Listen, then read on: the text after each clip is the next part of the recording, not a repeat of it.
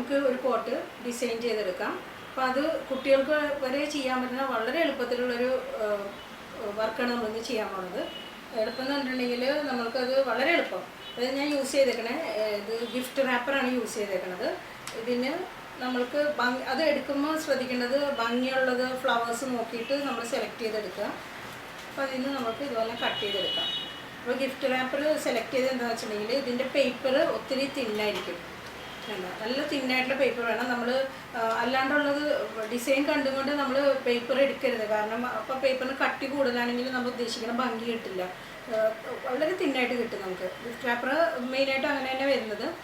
പിന്നെ അധികം മെറ്റാലിക് ആയിട്ടുള്ളതൊന്നും വേണ്ട. നമുക്കിതുപോലെ സാധാരണ പേപ്പറാണ് ഭംഗി ഉണ്ടാവുക. കാരണം മെറ്റാലിക് പേപ്പർ നമുക്ക് ഒട്ടിക്കാൻ കുറച്ച് ബുദ്ധിമുട്ടായിരിക്കും. അതുകൊണ്ട് അതിൻ്റെ മെറ്റീരിയൽ വ്യത്യാസമുണ്ട് ആ പേപ്പറിൻ്റെ. അപ്പോൾ സാധാരണ പേപ്പർ എടുക്കുക. ഇപ്പോൾ നമ്മളിപ്പോൾ ഈ ഫ്ലവറിനെ ഇങ്ങനെ ചേർത്ത് തന്നെ, ഇതിപ്പോൾ ഞാനിപ്പോൾ ഒരു ഫ്ലവർ കട്ട് ചെയ്തെടുത്തിട്ടുണ്ട് ഇതിന്മേന്ന്. എന്നിട്ട് അതിനെ ചേർത്ത് നമ്മൾ ആ ഫ്ലവർ പീസ് മാത്രമായിട്ട് ഇതുപോലെ കട്ട് ചെയ്തെടുക്കാൻ ശ്രമിക്കണം. അത് വലിയ ബുദ്ധിമുട്ടുള്ള കാര്യമൊന്നുമല്ല. ഇപ്പോൾ പിള്ളേർക്ക് വരെ ഇപ്പോൾ പേപ്പർ കട്ട് ചെയ്തപ്പോൾ ഒത്തിരി പ്രൊജക്റ്റ് വർക്ക് ക്ലാസ്സിൽ തന്നെ ഉള്ളതുകൊണ്ട് അവർക്ക് കട്ട് ചെയ്തെടുക്കാൻ പറ്റും. ഇതുപോലെ വളരെ സൂക്ഷിച്ച് നമുക്ക് കത്രിക വെച്ചിട്ട് തന്നെ ഇതുപോലെ കട്ട് ചെയ്ത് നമ്മൾ ഫ്ലവറിനെ റെഡിയാക്കി എടുക്കണം. അപ്പോൾ ഞാനിവിടെ കട്ട് ചെയ്ത് വെച്ചിട്ടുണ്ട്, ഞാൻ കാണിച്ചു തരാം.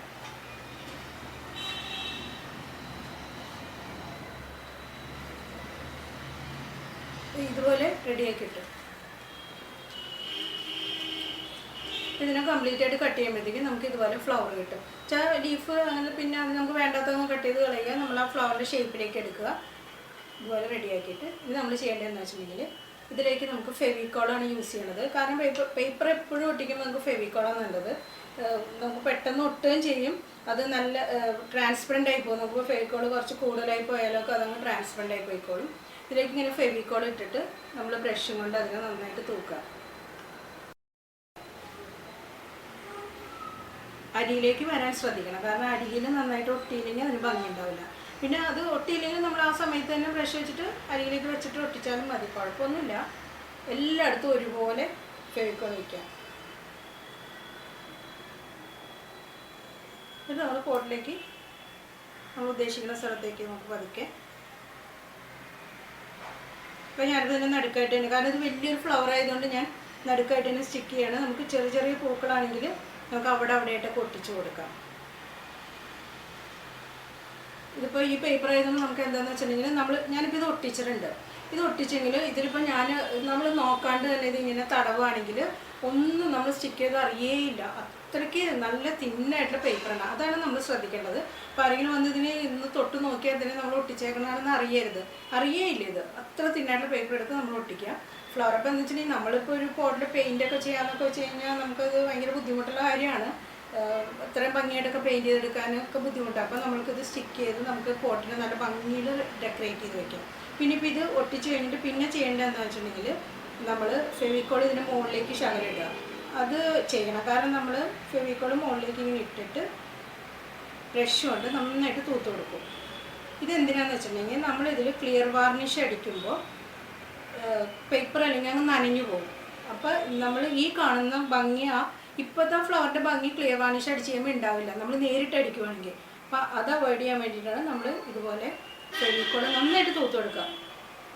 ഇതിന് കുറച്ച് കഴിയുമ്പോഴത്തേക്കും ട്രാൻസ്പെറൻ്റായി വന്നോളും. അപ്പോൾ നമ്മളിത് ഇങ്ങനെ കംപ്ലീറ്റ് ഒട്ടിച്ച് വരുമ്പോഴത്തേക്കും അത് ഇവിടെ ചുറ്റി വരുമ്പോഴത്തേക്കും അത് ട്രാൻസ്പെറൻ്റായി വരും. അത് കഴിയുമ്പോഴത്തേക്കും ക്ലിയർ വാർണിഷ് അടിച്ചു കൊടുത്താൽ മതി.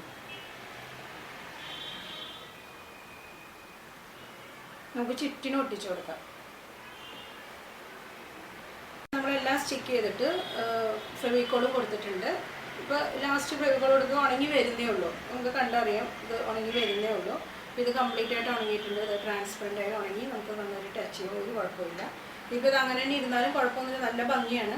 പക്ഷെ പിന്നെ ഞാൻ പറഞ്ഞില്ലേ, എപ്പോഴും നമുക്ക് പ്രൊട്ടക്ഷനാണ്, പോട്ടിന് പ്രൊട്ടക്ഷനുമാണ്, പിന്നെ കുറച്ചും കൂടെ ഭംഗി ഉണ്ടാവും. ഇത് വെച്ചാലും കുഴപ്പമില്ല. ക്ലിയർ വാർണിഷ് അടിക്കുന്നത് നമ്മൾ അതിന് വേണ്ടിയിട്ടാണ്. ക്ലിയർ വാർണിഷ് എടുത്ത് നമ്മളെപ്പോഴും ചെയ്യുന്ന പോലെ തന്നെ ഇതിൻ്റെ മുകളിലേക്ക് ഇങ്ങനെ തൂത്ത് കൊടുക്കാം. അപ്പോൾ കുറച്ചും കൂടെ അതിന് ഭംഗി ഉണ്ടാവും.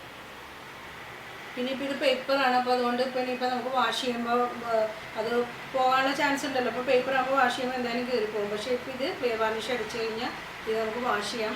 എത്ര വർഷം കഴിഞ്ഞാലും ഇത് ഇതുപോലെ തന്നെ കേടുകൂടാണ്ടിരിക്കും. അപ്പോൾ ഞാനിപ്പോൾ ഇതിൽ മാത്രമേ ചെയ്യുന്നുള്ളൂ, കാരണം ഇപ്പോഴത്തേക്ക് ഉണങ്ങി വരുന്നേ ഉള്ളൂ. ഫെവിക്കോൾ ഇവിടെയൊക്കെ ഉണങ്ങി വരുന്നേ ഉള്ളൂ, ഡോക്ടർ ഉണങ്ങിയിട്ടില്ല. ഒരു 10-15 മിനിറ്റ് കഴിയുമ്പോഴത്തേക്ക് നന്നായിട്ട് ഉണങ്ങിക്കോളൂ. അത് കഴിയുമ്പോൾ നിങ്ങൾ എല്ലാത്തിലും ഇതുപോലെ വാർണിഷ് അടിച്ച് വയ്ക്കണം. അപ്പോൾ കേട്ടോ, വളരെ ഈസിയല്ല. നമ്മൾ പെയിൻറ്റ് ചെയ്ത പോലുള്ളൊരു കോട്ട് നമുക്ക് റെഡി ആയിട്ട് കിട്ടിയിട്ടുണ്ട്. അപ്പോൾ എല്ലാവരും ഒന്ന് ചെയ്ത് നോക്കണം.